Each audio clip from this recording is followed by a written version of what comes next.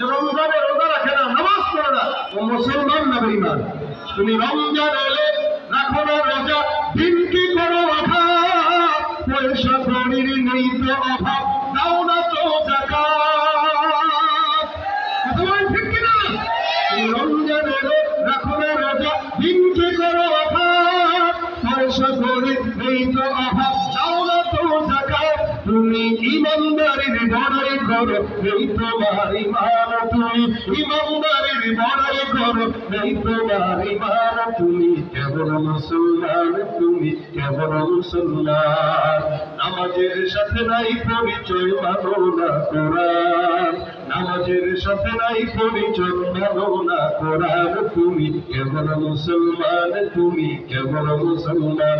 তুমি নবীর উম্মত দাবি করো, শুনতে মানো না, নবীর অপমানে তোমার হৃদয় কাঁদে না।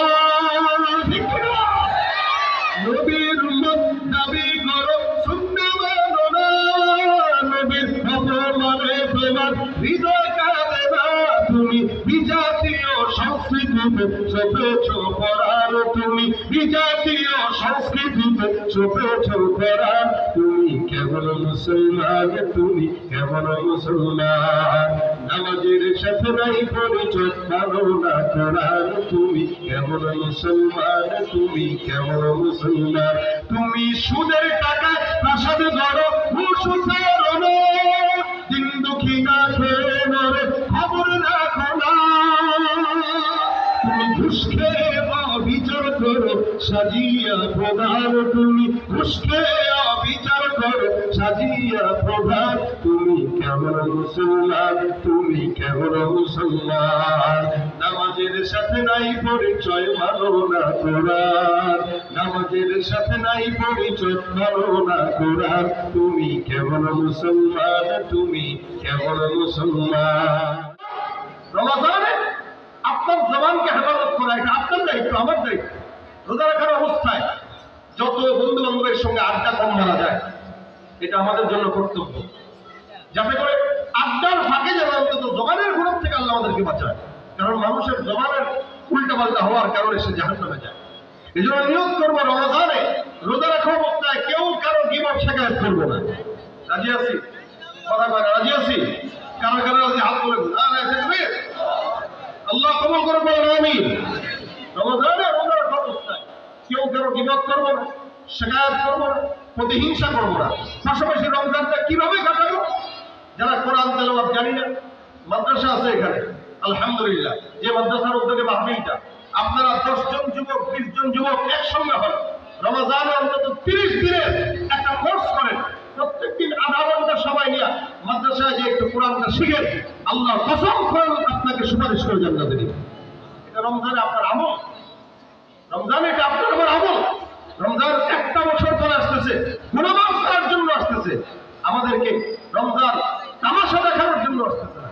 এই জন্য রমজানের পবিত্রতা যেন আমরা বজায় রাখতে পারি, জোরে বলেন আমিন। রমজানে যে যত বেশি আমল করবে, তত বেশি তার জন্য রমজানের রাইয়ান দরজা খুলে থাকবে, আল্লাহর রহমত খুলে থাকবে। আমরা মানুষ দাবি করি কিন্তু মানুষ হতে পারি নাই। রমজানের দিনের বেলা একটা দোকান করতে হবে, এলাকার খোলা থাকবে। যুবকদের দায়িত্ব হলো, রমজানে কোনো দোকান নেই যদি পর্দা খুলে আপনারা আপনাদের দায়িত্ব নিয়ে ওই পর্দাগুলোকে ভেঙে দিয়ে দেবেন ইনশাআল্লাহ। রমজানে কোনো প্রকার দোকানপাট খোলা থাকবে, খাবারের বন্দোবস্ত থাকবে।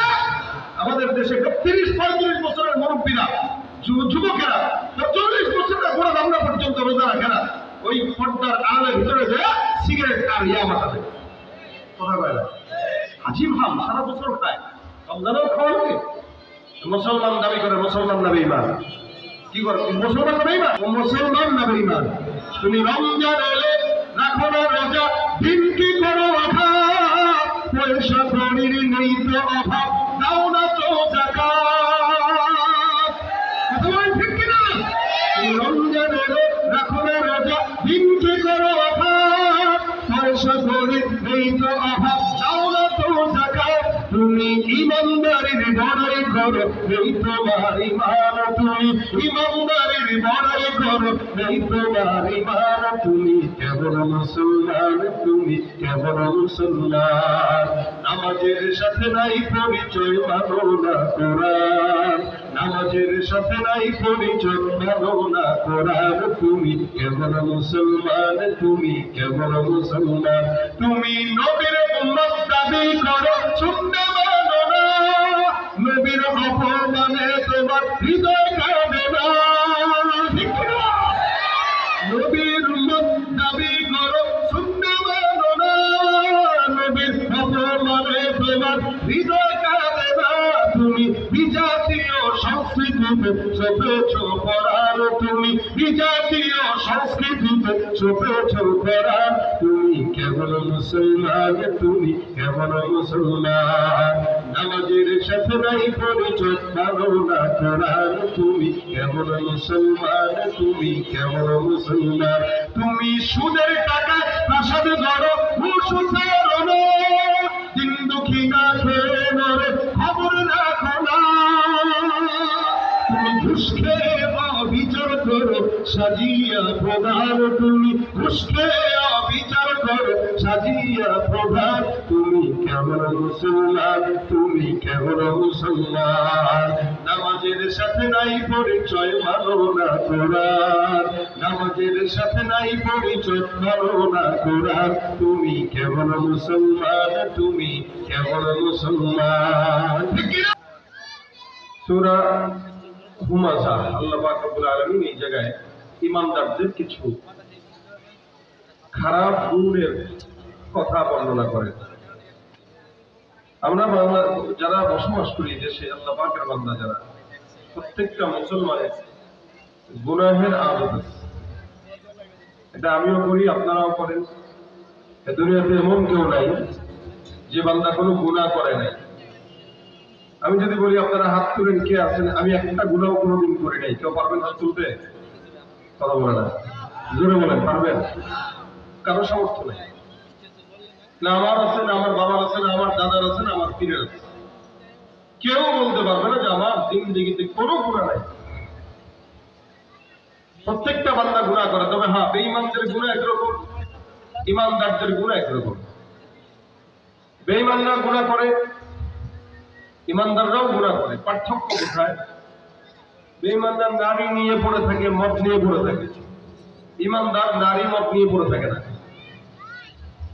বেঈমানদার ঘুষের টাকা সুদের টাকাকে হালাল মনে করে খায় ঈমানদার ওটাকে হারাম মনে করে ছুঁয়েও না কথা বলে ঠিক না আপনারা খান খেলে বলুন না খাইলেও ওটা বলবে না কারণ জানে যেটা হারাম এটা খাওয়া যায় না খাইলেও বলা যায় না কিন্তু বেঈমান যারা এরা এটাকে নাম পাল্টা দিয়ে খায় এবং জায়েজ মনে করে খায় আমাদের দেশে ঘুষের কারবারি সুদের কারবারি কম না একটু বেশি জোরে বলেন বেশি না কম বাড়ি করতেছে তো সুদের টাকায় গাড়ি কিনতেছে তো সুদের টাকায় ব্যবসা করতেছে তো সুদের টাকায় এখানে সুদ খানতে ভাই সুদ ছাড়া কি গতি আছে নাকি খায় তো খায় আবার গর্ব মনে করে খায় গর্ববোধ মনে করে নিজেকে যে আমি খাই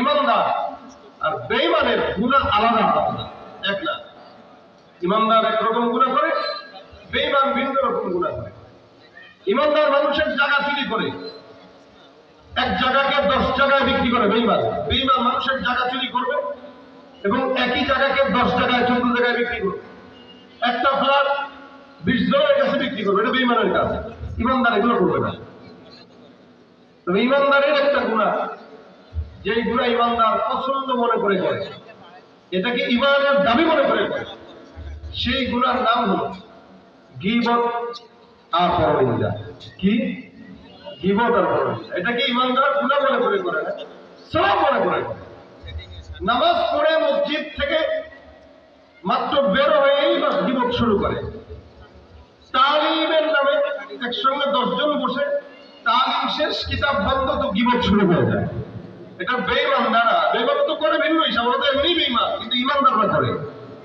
ঈমানদার আর বেঈমানের গুনাহ পার্থক্য ঈমানদার এই গুনাহকে পছন্দনীয় মনে করে এজন্য বললাম ঈমানদারদের পছন্দনীয় গুনাহের নাম হলো গীবতের গুনাহ কিসের গুনাহ গীবতের গুনাহ এটা এত মারাত্মক এজন্য আল্লাহ পাক বলেন সামনে পিছনে নিন্দা যারা করে এদের ধ্বংস প্রতিহিংসুক যারা এদের ধ্বংস পরনিন্দাকারীদের ধ্বংস ওয়াইলুল লিকুল্লি হুমাযাতিল লুমাযা যারা এগুলো করে সামনে বা পিছনে, আল্লাহ পাক এদের ধ্বংসের জন্য দোয়া করলেন, বদদোয়া করলেন, এদের ধ্বংস অনিবার্য। আল্লাহ পাক যদি কারো ধ্বংস অনিবার্য কথাটা বলেন, আপনারা বলেন তো তার কি ধ্বংস হবে নাকি সফলতা আসবে? ধ্বংস। আল্লাহ বলছেন ধ্বংস তো ধ্বংসই। এই জন্য মানুষ এই গীবত শিকার আসলে মূলত করে হইল প্রতিহিংসা থেকে। একজন আরেকজনকে ছোট মনে করে বলেই করে, আর নিজেকে বড় মনে করে বলেই করে। আর এই কথাটা, এই কাজটা মানুষ তার জবান দিয়ে করে, জিহ্বা দিয়ে করে। আমি আপনার বদনাম গাইলাম তো কি দিয়ে গাইলাম বলে জিহ্বা দিয়ে। আরে অমুক চিনি তো এই এই এই, আরে তমুক চিনি তো এই করছে। দেখবেন লটায় অল্পটাকে বিশাল বড় করে বানায় মানুষ একজন আরেকজনের সম্মান নষ্ট করে। এই কাজগুলো এভেলেবল হচ্ছে। এবং গীবতের সবচেয়ে বড় আড্ডাখানা হলো এলাকার ছোট ছোট চায়ের দোকান। কথা বলেন ঠিক কিনা? ছোট ছোট চায়ের দোকান। এই চায়ের দোকানে বসে 10-15 জন একসঙ্গে কে কি করলো না করলো, চেয়ারম্যান কি করলো, মেম্বার কি করলো, এমপি কি করলো, হুজুর কি করলো, ইমাম কি করলো, খতিব কি করলো, মোতামিম কি করলো, বক্তা কি বলে, সারা দুনিয়ার মানুষের দোষ তার খবর আছে, তার কাছে খবর আছে। কিন্তু সে যে নিজে আকাম করে ওই ব্যাপারে তার নিজেরও কোনো খবর নাই। কথা বলেন ঠিক কিনা? আল্লাহ পাক বলেন, ইয়া আইয়ুহাল্লাযীনা আমানু কু আনফুসাকুম, হে মুমিনের দল তুমি তোমাকে বাঁচাও। হে ঈমানদার তোমরা তোমাদেরকে বাঁচাও। কু আনফুসাকুম ওয়া আহলিকুম নারা, আগে তুমি তোমাকে বাঁচাও, তারপরে তুমি তোমার ঘরকে বাঁচাও, পরিবারকে বাঁচাও, বাচ্চাকে বাঁচাও, মাকে বাঁচাও, বাবাকে বাঁচাও। নিজের তলার কোনো খবর নেই, আরেকজনের দোষ যারা চর্চা করে তারা মুমিন দাবি করতে পারে কিন্তু হতে পারে না। এই জন্য আল্লাহ বলেন, মিনান নাসি মান ইয়াকুলু আমান্না বিল্লাহ ওয়া মিনান নাসি মান ইয়াকুলু আমান্না বিল্লাহ ওয়া বিল ইয়াউমিল আখির ওয়া মা হুম বিমুমিনিন। মানুষের ভিতরে এমন একদল থাকবে যারা নিজেরা নিজেদেরকে ঈমানদার দাবি করবে, মুমিন দাবি করবে।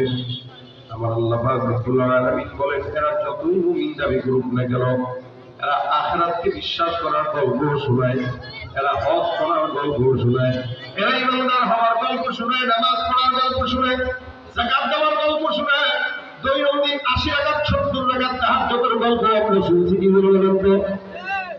এত গল্প শোনার পর আল্লাহ পাক রব্বুল আলামিন বলেন, আমি আল্লাহ রব্বুল আলামিন ঘোষণা করলাম, ওয়া মিনান নাসি মান ইয়াকুলু আমান্না বিল্লাহি ওয়া বিল ইয়াউমিল আখির ওয়া মা হুম বিমুমিনিন।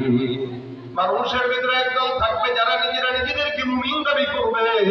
আল্লাহ পাক রব্বুল আলামিন বলেন, এরা যতই নিজেকে মুমিন দাবি করুক না কেন, মনে রাখবা, শুনে রাখবা, আমি আল্লাহ পাক রব্বুল আলামিন বললাম একজন মুমিন না, এরা সব হলো বেঈমান, এরা মুনাফিক। ঠিক কিনা? মানুষের ভিতরে একদল থাকবে ঈমানদার দাবি করবে কিন্তু মুমিন নয়। মুমিন যদি দাবি করতো তার জবানের হেফাজত থাকতো। আল্লাহ পাক রব্বুল আলামিন বলেন, قد أفلح المؤمنون الذين هم في صلاتهم خاشعون والذين هم عن اللغو معرضون। ঈমানদার যারা, সফল কাম যারা, এদের অন্যতম গুণ থাকবে এরা তাদের জবানের হেফাজত করবে, এরা অযথা কথা থেকে নিজেকে হেফাজত করবে। মুমিনরা যখন কথা বলবে তাদের জবানের হেফাজত থাকবে, যেটা দরকার সেটা বলবে, যেটা দরকার নেই সেটা কোনোদিন তারা তার জবান দিয়ে বের করবে না। আর আমরা আমাদের জবান দিয়ে যত উলট-পালট কথা আছে, যত ফাহিশা কথা আছে, যত গীবতার শিকায়ত আছে, ঈমানদার দাবি করার পরেও আমরা আমাদের জবানের কোনো হেফাজত রাখতে পারি না।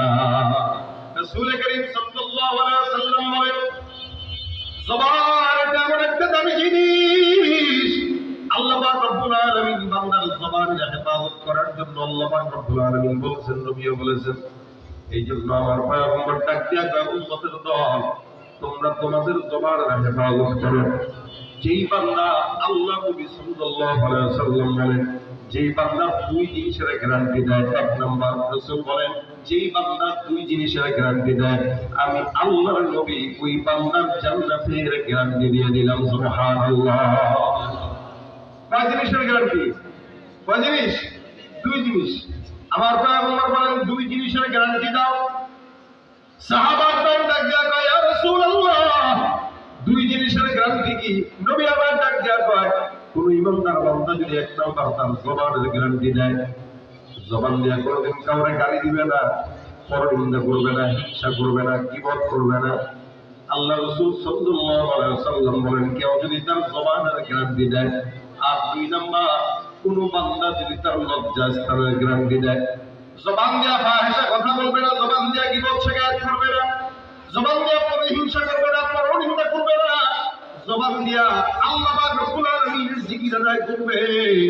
আল্লাহ নবী সাল্লাল্লাহু আলাইহি ওয়াসাল্লাম বলেন, ওই বান্দা যদি তার জবানের হেফাজতের গ্যারান্টি দেয় আর তার লজ্জাস্থানের গ্যারান্টি দেয়, তার লজ্জাস্থান দিয়ে কোনোদিন হারাম জায়গায় তার লজ্জাস্থান ব্যবহার করবে না, এই দুইটা জিনিসের গ্যারান্টি যদি কোনো ইমানদার বান্দা দেয়, আমি নবী বললাম, আমি আল্লাহ নবী তাকে আল্লাহর জান্নাতের গ্যারান্টি দিয়ে দিলাম। যারা বলেন সুবহানাল্লাহ, রাসূলের কথা মিথ্যা না সত্য? কি বলেন, সত্য না মিথ্যা? নবী বলেছেন দুই জিনিসের গ্যারান্টি দিবা, এক তোমার এই দুই চোয়ালের মাঝে যেটা থাকে ওইটা, আর দুই ডানার মাঝে থাকে যেটা ওইটা, জিহ্বা আর লজ্জাস্থান, এই দুইটা জিনিসের গ্যারান্টি আপনি দিবেন, আল্লাহ আপনার জান্নাতের গ্যারান্টি দিয়ে দেবে, রাসূল আপনার জান্নাতের গ্যারান্টি দিবে। এই জন্য নবী ডাক দিয়া কয়, তুমি তোমার জবানের গ্যারান্টি দাও, কারণ জবানটা অনেক দামি জিনিস। জবান দিয়ে মানুষ প্রতিহিংসা করে, পরনিন্দা করে, গীবত করে, শিকায়াত করে। যার জবানের হেফাজত নাই, ওই বান্দার জান্নাতের হেফাজত থাকে না। যার জবানের হেফাজত নাই, ওই বান্দার সম্মানের হেফাজত নাই। যার জবানের হেফাজত নাই, তার ক্ষমতার হেফাজত নাই। দেখবেন আমাদের দেশে আমাদের চোখের সামনে সবচাইতে বড় আলামত, আমরা দেখেছি একটা জবান দিয়া কথা বলে ফেলছে, গোটা দুনিয়ার বান্দাকে, গোটা বাংলাদেশের মানুষকে একটা শব্দ বলছে, খালি রাজাকার। একটা শব্দ বলার কারণে ক্ষমতার হেফাজত চলে গেছে। কি দরকার ছিল রাজাকার বলা, আর কি দরকার ছিল ক্ষমতা হারানো? পরবর্তীতে আবার জবান দিয়ে একটা বয়ান দিয়ে দিচ্ছে, 32 ভেঙে গেছে। কথা কয় না? আমি জবানের গ্যারান্টি যদি না থাকে, ক্ষমতারও গ্যারান্টি থাকে না, সম্মানেরও গ্যারান্টি থাকে না, এটা বোঝানোর জন্য কথাটা বললাম আমাদের চোখের সামনে। এই জন্য রাসূল সাল্লাল্লাহু আলাইহি ওয়াসাল্লাম বললেন, এক সাহাবী আল্লাহর নবীর কাছে ডাক দিয়া কয়, রাসূলুল্লাহ, আমি যদি নাজাত পেতে চাই, পয়গম্বর নাজাতের একটা আমল দিয়া দেন। নবী আমার ডাক দিয়া বলেন, সাহাবা বাইরের দল, জবানের যদি হেফাজত করো, মনে রাখবা রাসূল সাল্লাল্লাহু আলাইহি ওয়াসাল্লাম এক এক বান্দাকে এক একটা জিনিসের আমল দিতেন। নবী এক এক সাহাবীকে তার হালাত অনুযায়ী এক একটা আমল এক এক সাহাবীকে দান করতেন। এই সাহাবী আমার পয়গম্বরের কাছে এসে ডাক দিয়া বলে, ইয়া রাসূলুল্লাহ, আমি নাজাত পেতে চাই, নবী আমার করে দিবেন। নবী আমার ডাক দিয়া কয়, তোমার জন্য আমল হইল আমলিক আলাইকা লিসানাক, তুমি তোমার জবানের হেফাজত করো, আল্লাহ তোমার নাজাতের ব্যবস্থা করে দিবে। সুবহানাল্লাহ। আর আমার রাসূল তাকে অন্য কোনো আমলের কথা বলেন নাই, নবী তাকে বললেন, তুমি তোমার জবানের হেফাজত করো। আল্লাহ নবী জবানের হেফাজতের জন্য বললেন, সাহাবীকে ডাক দিয়া কয়, আমলিক আলাইকা লিসানাক, জবানের হেফাজত করো, কারণ যার জবানের হেফাজত আছে, আল্লাহর জান্নাতের হেফাজত তার থাকবে। আর যার জবানের হেফাজত নাই, দুনিয়াতেও সম্মান নাই, আখিরাতেও জান্নাতের গ্যারান্টি নাই। সাহাবী আবার নিজের জবানকে হেফাজত করে ফেলল। রাসূল করিম সাল্লাল্লাহু আলাইহি ওয়াসাল্লাম জবানের হেফাজতের কথা বললেন। আল্লাহ পাক রব্বুল আলামিন ডাক দিয়া কয়, হে বান্দা, তোমরা খবরদার জবান দিয়া কেউ উল্টা পাল্টা কথা বলবা না। মানুষ আগে ধারণা করে মানুষের ব্যাপারে, তারপরে জবান দিয়া উলট পালট কথা বলে। এই জন্য আল্লাহ পাক বলে, ইয়া আইয়ুহাল্লাযীনা আমানু ইজতানিবু কাসীরাম মিনাজ-যান, এই ইমানদারের দল, তোমরা ধারণা থেকে বাঁচো। অধিকাংশ মানুষ ধারণা করে, যে ধারণাটা বান্দার জন্য অন্যায় হয়। একজন ইমানদার আরেকজন ইমানদারের ব্যাপারে ধারণা করে, শুধুমাত্র শুনছে, শোনা কথা একজন আরেকজনকে বলে, এখান থেকে শুনলো, ওখানে যা বলে, ওখানে একটু বাড়ায় বলছে, সে আবার আরেকজনের কাছে বলার পর আরেকটু বাড়ায় বলছে, সে আবার আরেকজনের কাছে বলার পর আরেকটু বাড়ায় বলছে। এভাবে এই সমাজের ভিতরে তিলটাকে তাল বানায় সমাজের গন্ডগোল করা হয়, ঠিক কিনা? আরে ভাই শুনছেন কি, মানে কি অমুকে তো আপনার ব্যাপারে এই বলছে। আকিমুল মাদাসা আলী থানভী রাহমাতুল্লাহ একটা গল্প বলছেন একটা কিতাবের ভিতরে। জবান কত খারাপ জিনিস, প্রতিহিংসা, পরনিন্দাকারী যারা, এরা কত খারাপ, এটা বর্ণনা করার জন্য বলছেন। এক মুনিবের কাছে তার খাদেমা ছিল গোলাম। এই খাদেমা আবার মুনিবের কাছে, মুনিবদের দিলে দিলে মহব্বত করতো। এবার বিবির সঙ্গে স্বামীর যেন সম্পর্ক নষ্ট হয়, এটা একটা চক্রান্ত করল। স্বামীর ডাক দেওয়া হয়েছে, মুনি বাবা, আপনার বিবি আপনার মহব্বত করে না, আপনার খবর তো আমার এই পাশের বাড়ির একজনের সঙ্গে তার ইতিস পিটিস আছে। এবার স্বামী শোনার পরে কয় কি, আমার বিবি আমার এত ভালোবাসে, ভালোবাসার পরে আমার বাড়িতে আরেকজনের সঙ্গে ইতিস পিটিস কিভাবে সম্ভব? এটা আবার এদিক দিয়ে আপনার কাছে যায়, কয় শুনেন, আপনি তো আপনার সাহেবকে অনেক ভালোবাসেন, কিন্তু আপনি কি জানেন আপনার সাহেবকে গোপনে গোপনে কারে মহব্বত করে? কারে? ওই যে পাশের বাড়ির ওই যে আছে না, দুইজনের ভিতরে একটা সন্দেহ ঢুকাই দিল। এমনিও মহিলারা একটু সন্দেহবাদী হয়, কি বলেন আপনারা? এমনি এমনি ঘরের ভিতরে একা একা শুয়ে শুয়ে চিন্তা করে, আমার স্বামী কি আসলে আমার মহব্বত করে? আচ্ছা করলে 21শে ফেব্রুয়ারি গেল, একটা হলুদ শাড়ি কেন দিল না? একটা গোলাপ ফুল কেন দিল না 14ই ফেব্রুয়ারি? কি বলে, মুসলমানের জন্য কি 14ই ফেব্রুয়ারি? কথা কয় না, আছে এটা? এটা কুকুর, ছাগল, বিড়াল, শুয়োরের জন্য লাগে, মানুষের জন্য কোনোদিন ভালোবাসা দিবস লাগে না। আমাদের দেশে যুবকেরা ভালোবাসা দিবসের নামে উলঙ্গ করার দেখা করা শুরু করে, ঠিক করে দিল। এখন কেন দিল না 14ই ফেব্রুয়ারি? দেওয়া গায়ে লেগে গেছে, কেন দিল না? এবার সন্দেহ করতে করতে একদম উল্টা পাল্টা অবস্থা। এদিক দিয়ে আমার দাসী বলছে যে আপনার স্বামী কিন্তু আপনাদের মহব্বত করে না, দেখেন না, গোলাপ দেয় না, শাড়ি দেয় না। স্বামীর আপনার দেখেন না, আপনার বিবি আপনার কেমন কেমন কথা কয়। এই যে সন্দেহ ঢোকান দিছে, এখন তো আস্তে আস্তে দূরত্ব বাড়তেছে। এখন স্বামী এটা পছন্দ, মানে বিশ্বাসই করতে চায় না যে আমার বিবি আরেকজনের সঙ্গে লাইন মারে। বর্তমান সময়ে পরকীয়া বাড়ছে না, করেছে, কঠিন আকারে বাড়ছে, কঠিন আকারে বাড়ছে। ওটা ভিন্ন কাছের আলাদা, ওটা দিকে যাচ্ছি না। এই করতে করতে একদিন হঠাৎ করে এই দাসী তার মনিবকে বলতেছে, আমার সাহেব শুনেন। বলে কি? আপনার সাথে আজকে আমার গোপন একটা গুরুত্বপূর্ণ কথা আছে। বলে বলো। আজকে রাত্রে তো দুইজন ঘুমাবে, আপনার বিবি আপনার গলায় আজকে ছুরি চালানোর জন্য পায়তারা করতেছে। বলে কেমনে জানছো? আমি এটা খবর পেয়েছি। ওদিক দিয়ে বউরে আবার করছে, শোনেন আপনার জন্য একটা সুখবর আছে। বলে কি সুখবর? আমার কাছে একটা কবিরাজ আছে, কবিরাজ বলছে আপনার স্বামীর দাড়ির এখানে একটা দাড়ি যদি আপনি কেচে দিয়ে 1 বছর দাড়ি কাইটা দিতে পারেন, এমন কবিরাজগিরি করা দেখাবো, আপনার স্বামী আপনার পিছনে খালি ছুটবে আর ঘুরবে। বিবি তো খুব পছন্দ করছে কথা এটা। হ্যাঁ, স্বামী এখন থেকে আমার পাগল হবে। আমি রহমতুল্লাহ কয়, এবার বউয়ে রাত্রিবেলা ঘুমায় না, স্বামী ঘুমের ভাঙারে করে রয়েছে যে বউ আসবে তারা মারার জন্য।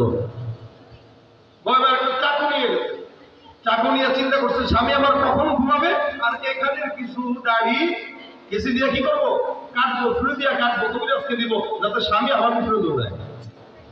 আর স্বামীরা কি বলছে যে বউ আজকে কি করতে আসবে? জবাই করতে আসবে। এবার স্বামী ঘুমাইছে, এদিক দিয়ে বিবি আসছে ছুরি নিয়ে মহব্বতের ঠেলায় দাড়ি কাটবে। আইসা সুন্দর করে স্বামীর এখানে আমরা দৌড়ছে, ছুরিটা দৌড়ছে। স্বামী তো চোখ টিপ টিপ করে দেখতেছে, আরে আমার দাসী তো ভালো কথাই বলছে, এ তো আমরা মারার জন্য আসছে।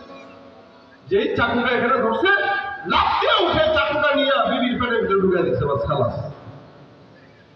এদিক দিয়ে দাসী কয়, দেখছেন কত বড় বিপদ থেকে আমি আপনারা বাঁচাইছি, তাহলে তো তুই এখন আমার বউ আর কি হবে, তুই তো যোগ্য।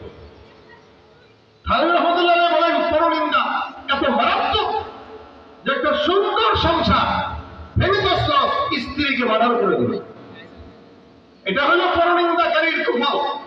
এলাকায় এলাকায় এটা বেশি বেশি হয় মেয়েদের ভিতরে।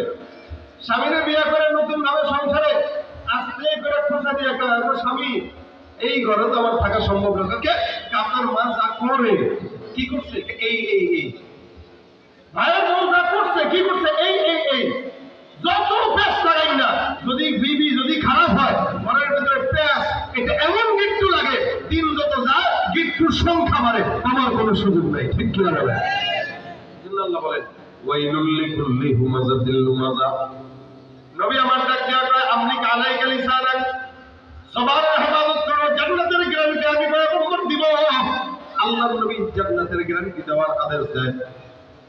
হযরত আবু বকর সিদ্দিক রাদিয়াল্লাহু তাআলা নাম শুনছেন তো আপনারা, অনেক বড় একজন সাহাবী, ইসলামের প্রথম খলিফা। আবু বকর সিদ্দিক রাদিয়াল্লাহু তাআলা একবার রাস্তা দিয়ে বের হয়ে উনি ওনার জিহ্বাটা ধরছেন। জিহ্বাটাকে একবার ডানে ডান বামে ডান সামনে ডান পিছনে ডান বারবার জিহ্বাটাকে টান দেন। আবু বকর সিদ্দিক রাদিয়াল্লাহু তাআলা জিহ্বাটাকে যখন বারবার টান দেয় এদিক সেদিক নেয়, সাহাবা আজমাইন দেখে রাখতে হয়, আবু বকর সিদ্দিক বুঝলাম না, আপনি আপনার জিহ্বাটাকে কখনো কখনো টান দেওয়া কষ্ট দেন, আবার কখনো মুখের ভিতরে পাথরের টুকরা রেখে দিত। জিহ্বার ভিতরে পাথরের টুকরা লাগায় জিহ্বা বন্ধ করে রাখতো, কেউ কথা বললে বলতো মানে দেখাই তো ভিতরে জিহ্বা, ভিতরে কি আছে? পাথর আছে। সাহাবা আজমাইন ডাক দেয়া বলে, আবু বকর কাহিনী বুঝলাম না, জিহ্বার ভিতরে পাথর নিয়ে আপনি বারবার এরকম মুখটা বন্ধ করে রাখেন, আমার জিহ্বাকে বারবার টানলেন, কি কারণ? আবু বকর সিদ্দিক ডাক দিয়া কয়, মনে রাখবা আমি আমার জিহ্বাটাকে মাঝে মাঝে শাসন করি। কেন? এই পৃথিবীতে যত মুসলমান, যত মানুষকে আমি বিপদের মধ্যে পড়তে দেখলাম, প্রত্যেকটা মানুষ তার জবানের কারণেই বিপদে পড়েছে, জিহ্বার কারণেই সম্মান আর ক্ষমতা নষ্ট হয়েছে। এই জন্য আমি আমার জিহ্বাকে হেফাজত করার জন্য ডানে টান দিই, বামে টান দিই। মুসলমান নবীর উম্মাহ, এই কারণে আল্লাহ পাক রব্বুল আলামিন বলেন, ইয়া আইয়ুহাল্লাযীনা আমানু ইজতানিবু কাসীরাম মিনাজ-যন্নি ইন্না বা'দাজ-যন্নি ইসমুন ওয়া লা তাজাসসাসু ওয়া লা ইয়াগতাব বা'দুকুম বা'দা। হে মুসলমান, ধারণা থেকে বাঁচো, জীবন থেকে বাঁচো, একজন আরেকজনের গীবত করবা না। আইয়ুহিব্বু আহাদুকুম আইয়াকুলা লাহমা আখিহি মাইতান ফাকারিহতুমু। কেউ কি পছন্দ করে যে সে তার মরা ভাইয়ের গোশত খাবে? এটা কি কেউ পছন্দ করে? আল্লাহ বলেন না না, ফাকারিহতুমু, তোমরা এটা পছন্দ করো। যেহেতু তোমরা পছন্দ করো না, কেউ কারো গীবত করো না, কেউ কারো শিকায়ত করো না, না জেনে কারোর উপরে মন্তব্য করো না। আমাকে আপনি চিনেন না, আমাকে আমার আল্লাহ চিনে, আর আমি নিজে চিনি। আপনাকেও আপনি চিনেন, আপনার আল্লাহ চিনে। আল্লাহ পাক রব্বুল আলামিন প্রত্যেকটা বান্দার হিসাবের খবর রাখে, আমল রাখে। এই মুসলমান নবীর উম্মত, আমরা না জেনে আরেকজনের ব্যাপারে খারাপ খারাপ মন্তব্য করি জবান দিয়া। জবানের হেফাজত নাই, কথাবার্তার গ্যারান্টি নাই, যার কারণে সমাজের ভিতরে অধিকাংশ মানুষ বিপদের মধ্যে পড়ে জবানের গ্যারান্টি না থাকার কারণে। আমার আল্লাহ রাব্বুল আলামিন বলেন, আইয়ুহিব্বু আহাদুকুম আইয়াকুলা লাহমা আখিহি মাইতান ফাকারিহতুমু। আল্লাহ রাসূল হাদিসে ডাক্তার কয়, অসংখ্য গুনাহ, তবে গীবতের গুনাহটা কেমন গুনাহ? নবী বলেন, আল গীবাতু আশাদ্দু মিনাজ জিনা। গীবতটা জিনার চাইতেও মারাত্মক। একটা বান্দা যখন জিনা করে, সে নাফসান গুনাহ করে, ব্যক্তিগত গুনাহ করে, একা একা গুনাহ করে। একা একা গুনাহ যদি কেউ আল্লাহর কাছে মাফ চায়, আমার আল্লাহ ক্ষমা করে দেয়। একা একা গুনাহ করে গেছেন, টেনশনের কারণে এই রমজান সামনে, আল্লাহ পাক রহমতের মাস, নাজাতের মাস, মাগফিরাতের মাস, আমলের মাস, এই সমস্ত মাস দিতে শাহরুল রমজান। এই রমজানে কোনো বান্দা যদি তার ব্যক্তিগত সমস্ত গুনাহ থেকে আল্লাহর কাছে মাফ চায়, আমার আল্লাহ পাক রব্বুল আলামিন বান্দার সব গুনাহগুলোকে ক্ষমা করে দিবেন। সুবহানাল্লাহ। রহমতে যায় ভরে যায়, মাগফিরাতের দ্বার খোলা, পাপী যত হও গলত, আছো যত পথ ভোলা। রহমতে যায় ভরে যায়, মাগফিরাতের দ্বার খোলা, পাপী যত হও গলত, আছো যত পথ ভোলা। আসলে ফিরে নাজাত পাবে, আল্লাহ তাআলার শুনলে ডাক। আসলে ফিরে নাজাত পাবে, আল্লাহ তাআলার শুনলে ডাক। শোনো মানুষ ডাকছে তোমায় রমজানুল মুবারক। সৃষ্টি যত সবার মাঝে সুখের হাওয়া বয়ে যাক। সৃষ্টি যত সবার মাঝে সুখের হাওয়া বয়ে যাক। শোনো মানুষ ডাকছে তোমায় রমজানুল মুবারক। শোনো মানুষ ডাকছে তোমায় রমজানুল মুবারক। সেহরিতে জাগার মাঝে মুমিন যে পায় কি শান্তি, তারাবিতে দূর করে দেয় সকল বিভেদ ভ্রান্তি। সেহরিতে জাগার মাঝে মুমিন যে পায় কি শান্তি, তারাবিতে দূর করে দেয় সকল বিভেদ ভ্রান্তি। ইফতারিতে সুখ নবীর তাহার মাঝে নেই যে ভাত। ইফতারিতে সুখ নবীর তাহার মাঝে নেই যে ভাত। শোনো মানুষ ডাকছে তোমায় রমজানুল মোবারক। সৃষ্টি যত সবার মাঝে সুখের হাওয়া প্রয়োজন, সৃষ্টি যত সবার মাঝে সুখের হাওয়া প্রয়োজন। শোনো মানুষ ডাকছে তোমায় রমজানুল মোবারক, শোনো মানুষ ডাকছে তোমায় রমজানুল মোবারক। গুনাহ মাফ করা দরকার আছে তো? কি বলেন, আছে না? রমজান সামনে আসতেছে, গুনাহ মাফের জন্য প্রস্তুতি সংখ্যা এখন থেকে নেওয়া দরকার। আল্লাহ পাক রব্বুল আলামিন বান্দার সব গুনাহ মাফ করবেন। নকশান যে গুনাহ নিজে ব্যক্তিগত করে গভীর রাতে করলেও কেউ জানে না, ওই সমস্ত গুনাহ আল্লাহ পাক রব্বুল আলামিন বান্দা যদি আল্লাহর কাছে মাফ চায়, আল্লাহ মাফ করে দেয়। রাসূল করিম সাল্লাল্লাহু আলাইহি সাল্লাম বলেন, এ মুসলমান, আল গীবাতু আশাদ্দু জিনা, গীবতের গুনাহ জিনার চাইতেও মারাত্মক। গীবতের গুনাহ তো খারাপ। আল্লাহ পাক রব্বুল আলামিনের বান্দা যদি গীবত শিকায়ত করে, ওই গুনাহ আল্লাহ পাক রব্বুল আলামিন মাফ করে না কেন? গীবতের গুনাহটা জিনার চাইতেও খারাপ কেন?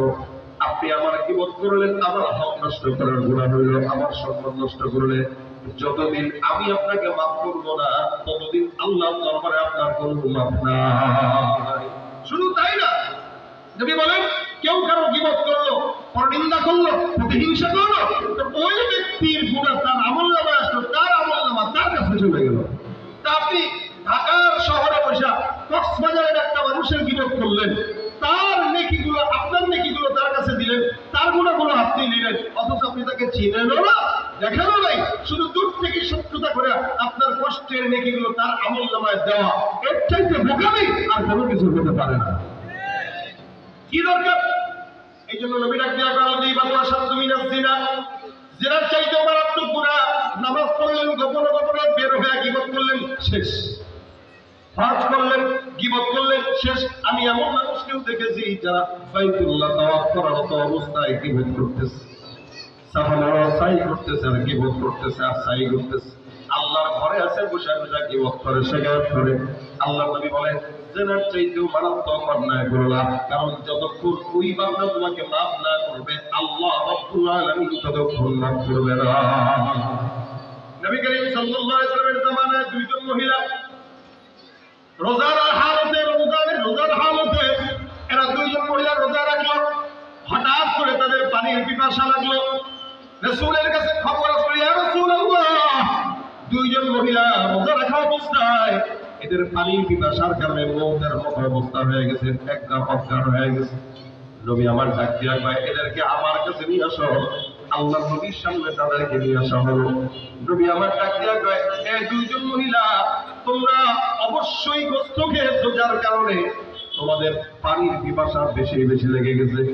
মহিলা দুইজন ডাক দিয়া বলেন, ইয়া রাসূলুল্লাহ, আমরা পানির পিপাসা লাগার কারণ গোশত না, আমরা অন্য কোনো কারণে হয়তো লাগতে পারে।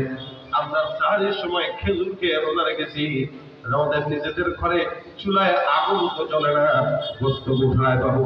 নবী আমার ডাক দিয়া কয়, সাহাবা আজমাইন, অবশ্যই এই দুইজন গীবতের গুনাহ করেছে, গোশত খেয়েছে, যার কারণে এদের এই হাল। সাহাবা আজমাইন ডাক দিয়া কয়, রাসূলুল্লাহ, এরা গোশত তো খায় নাই বলতেছে। নবী ডাক দিয়া কয়, সাহাবী আকরাম, যাও তাদের দুইজনের সামনে দুইটা পাত্র দাও, আর পাত্রের ভিতরে তাদেরকে বলো তারা যেন বমি করে, আঙ্গুল দিয়ে পেট থেকে যেন বমি বের করে দেয়। আল্লাহ নবীর আদেশ অনুযায়ী দুইজন মহিলা নিজের গলার ভিতরে আঙ্গুল দিয়ে সুন্দর করে বমি করে দিল। রাসূল সাহাবা আজমাইন তাকায় দেখে এই দুইজন মহিলার পেট থেকে মরা পচা গোশত, দুর্গন্ধময় গোশত বের হয়। সাহাবা আজমাইন ডাক দিয়া বলেন, ইয়া রাসূলুল্লাহ, আপনি যেটা বললেন সেটাই হলো, বুঝলাম না। এরা তো দুইজন গোশত খায় না বললো, কিন্তু পেট থেকে গোশত কেন বের হইল? নবী আমার ডাক দিয়া কয়, সাহাবায়ে কেরাম, এরা দুইজন একটু আগে গীবতের গুনাহ করছে। কোন বান্দা যখন গীবত শিকায়ত করে, ওই বান্দা তার মরা ভাইয়ের গোশত খায়, আর এই দুইজন মহিলা তাদের মরা ভাইয়ের গোশত খাইছে। আর এই গীবতের গুনাহ গোশত গুলা তাদের গীবতের বমির মাধ্যমে তাদের পেট থেকে উঠে আসছে। মহিলাদের দুজনকে ডাক দিয়ে রাসূল বলতেছেন, শোনো, গীবতের গুনাহ এটাই যে বান্দা গীবত করবে আর নিজের মরা ভাইয়ের গোশত খাওয়ার গুনাহ করবে। তোমরা যে গুনাহ করছো, এটার আলামত তোমাদের পেট থেকে মরা পচা দুর্গন্ধময় গোশত বের হচ্ছে। গীবত করছো মুখ দিয়ে, আর গোশত খাইছো, আর সেটা আলামত তোমাদের চোখের সামনে। এই জন্য ভাইয়েরা আমার, গীবত ওয়ালা ইয়াগতাব বা'দুকুম বা'দা আইয়ুহিব্বু আহাদুকুম আন ইয়াকুলা মা ফিহি বাইতান ফাকারিতুম ওয়াত্তাকুল্লাহ। খবরদার গীবত করবে না, আল্লাহকে ভয় করো। আল্লাহ পাক অন্য আয়াতের মধ্যে বলেন, ইয়া আইয়ুহাল্লাযীনা আমানু লা ইয়াসখার কওমুম মিন কওম আসা আইয়াকুনু খায়রাম মিনহুম ওয়ালা নিসাউম মিন নিসাইন আসা আইয়াকুননা খায়রাম মিনহুম। আল্লাহ পাক বলেন, এই পুরুষেরা তোমরা যারা দল করো, আমাদের দেশের দলের নেতা যারা, এক দলের নেতা আরেক দলের নেতাদেরকে গালি দেয় স্টেজে উঠা, এক দল আরেক দলকে, আমি অমুক বংশের, সে তমুক বংশের।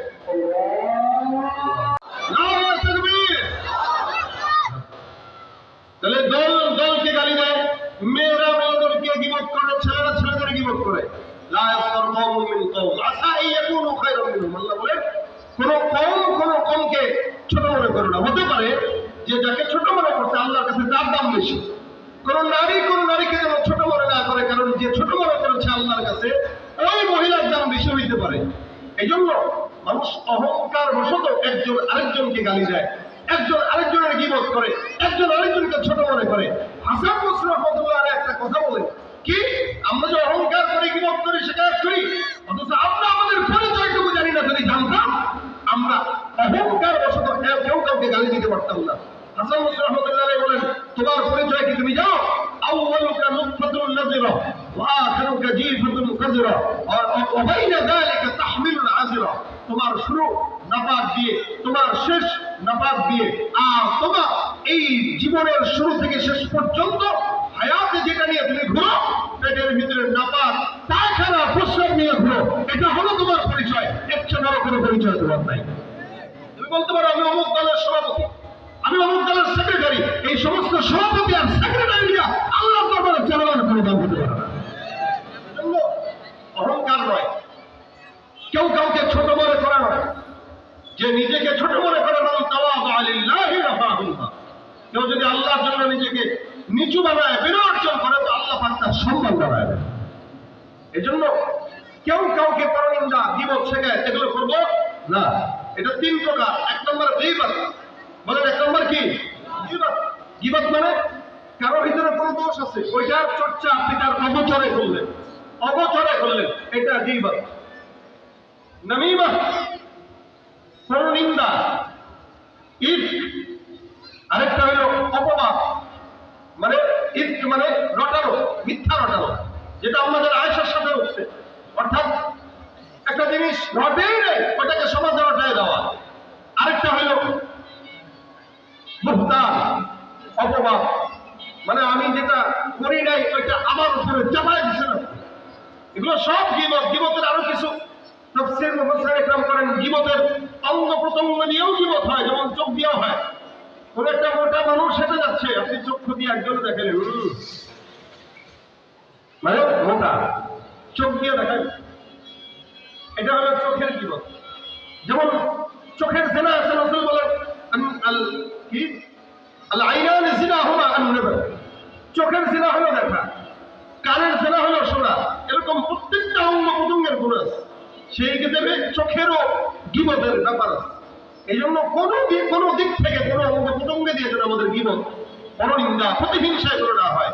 আমি তো অনেক জায়গায় বলে, যদি গীবত করতে হয় নিজের মা বাবার গীবত করবেন, এতে আপনার মা বাবার ফায়দা আছে। কি?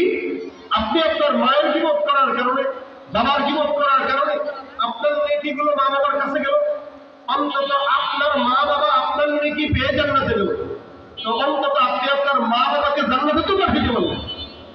কিন্তু আপনি যদি আরেক ভাইয়ের গীবত করেন, যাকে চেনেনই না, জানেনও না, অযথা গীবত করে তাকে জান্নাতে পাঠানোর চাইতে নিজের মা বাবাকে জান্নাতে পাঠানো দরকার। কিন্তু আমরা তো আমাদের সমাজে মা বাবার গীবত করি না, করি কার?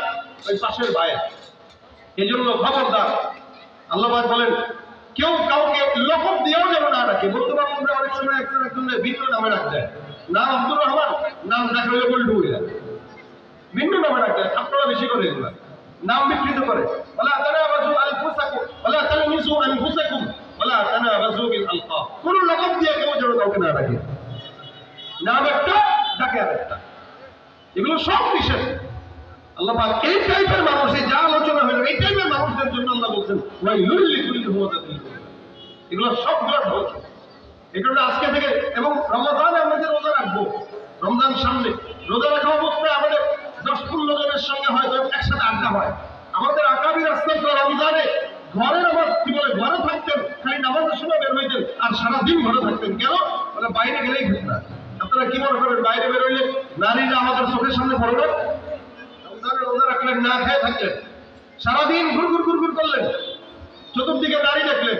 আমাদের দেশে তো 10 রমজান পর্যন্ত মানুষ আমল করে, 10 রমজানের পরে মার্কেটের আমল করে। কি বলে আপনাদের?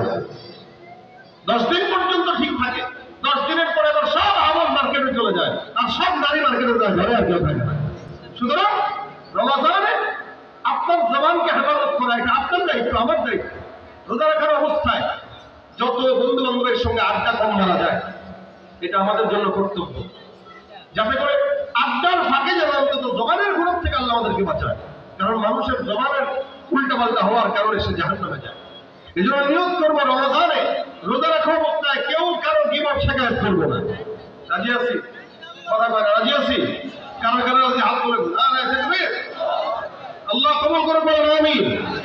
রমজানে রোজা রাখা অবস্থায় কেউ কারো গীবত করবো না, শিকায়ত করবো না, প্রতিহিংসা করবো না। পাশাপাশি রমজানটা কিভাবে কাটাবো?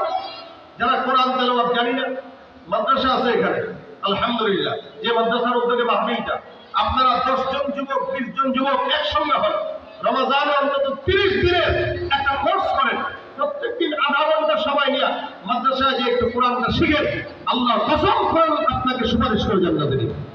এটা রমজানে আপনার আমল, রমজানে এটা আপনার আমার আমল। রমজান একটা বছর পরে আসতেছে, গুনাহ মাফ করার জন্য আসতেছে, আমাদেরকে রমজান তামাশা দেখানোর জন্য আসতেছে না। এই জন্য রমজানের পবিত্রতা যেন আমরা বজায় রাখতে পারি, জোরে বলেন আমিন। রমজানে যে যত বেশি আমল করবে তত বেশি তার জন্য রমজানের রাইয়ান দরজা খুলে থাকবে, আল্লাহ রহমত খুলে থাকবে। আমরা মানুষ দাবি করি কিন্তু মানুষ হতে পারে নাই। রমজানের দিনের বেলা একটা দোকান করতে হবে, এলাকার খোলা না থাকে। যুবকদের দায়িত্ব হলো রমজানে কোনো দোকান নেই যদি পর্দা খুলে আপনারা আপনাদের দায়িত্ব নিয়ে ওই পর্দাগুলোকে ভেঙে দিয়ে দেবেন ইনশাআল্লাহ। রমজানে কোনো প্রকার দোকানপাট খোলা থাকবে, খাবারের বন্দোবস্ত থাকবে। আমাদের দেশে 30-35 বছরের মুরব্বীরা, যুবকেরা 40 বছরের বুড়া দামড়া পর্যন্ত রোজা রাখে না, ওই পর্দার আড়ালের ভিতরে যে সিগারেট আর ইয়া মাথাবে। কথা বলে না, হাজিম হাম সারা বছর খায়, রমজানেও খাওয়া লাগে। মুসলমান দাবি করে, মুসলমান না বেঈমান। কি করে মুসলমান না বেঈমান? যে রমজানে রোজা রাখে না, নামাজ পড়ে না, ও মুসলমান না বেঈমান?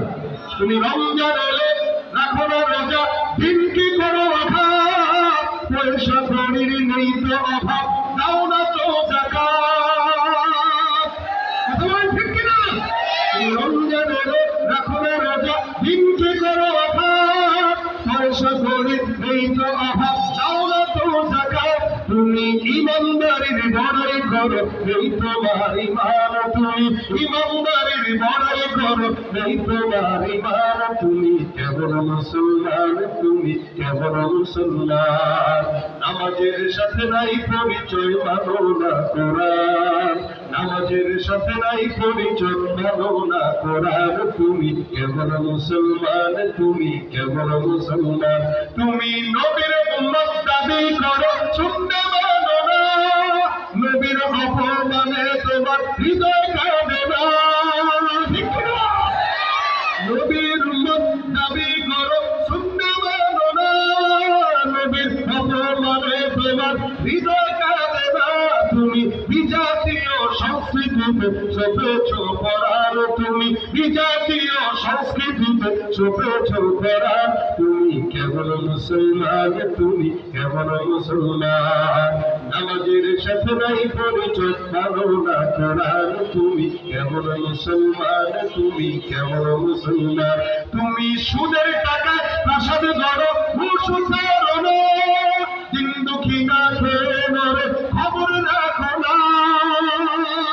তুমি ঘুষ খেয়ে অবিচার করো, সাজিয়া প্রধান, তুমি ঘুষ খেয়ে অবিচার করো, সাজিয়া প্রধান। তুমি কেবল মুসলমান, তুমি কেবল মুসলমান।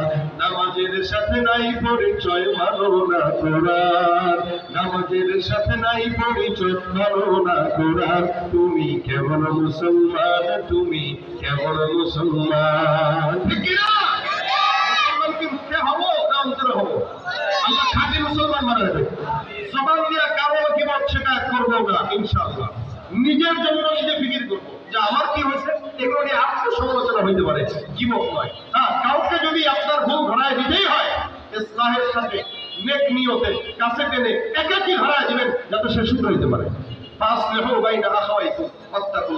ইমানদারকে ইসলাহের নিয়তে শোনায় দিবে শিখায় দিবে আল্লাহ আমাদেরকে ইসলাহের নিয়তে কিভাবে শেখাতে হেফাজত করার তৌফিক দান করুন বলেন আমিন আলহামদুলিল্লাহ মাদ্রাসার মাহফিল আপনারা নামাজ পড়বেন মসজিদে নামাজ হবে মাহফিল